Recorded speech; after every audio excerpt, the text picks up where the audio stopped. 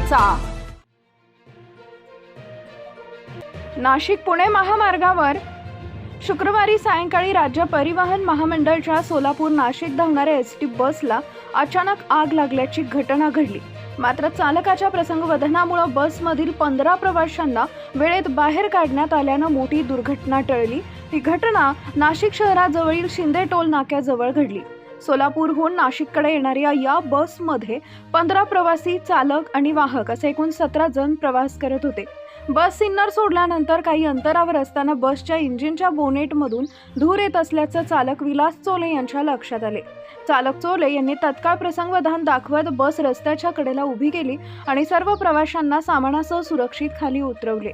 त्यानंतर इंजिनमधून येणाऱ्या धुरावर अग्निशमक यंत्राद्वारे नियंत्रण मिळवण्याचा प्रयत्न करण्यात आला। मात्र काही वेळातच बसनं पेट घेतल्यानं आग वाढली। घटनेची माहिती मिळताच सिन्नर MIDC आणि नाशिक महापालिकेच्या अग्निशमक दलाचे बंब घटनास्थळी दाखल झाले। अग्निशमक दलाच्या प्रयत्नांमुळे बसच्या इंधन टाकी आणि टायर सुरक्षित राहिले। मात्र आग नियंत्रणात येईपर्यंत बसमधील आसन व्यवस्था, वायरिंग आणि वरचा सांगाडा पूर्णतः जळून खाक झाला। या घटनेनंतर एसटीचे जिल्हा वाहतूक अधिकारी किरण भोसले यांनी घटनास्थळी भेट देत पाहणी केली।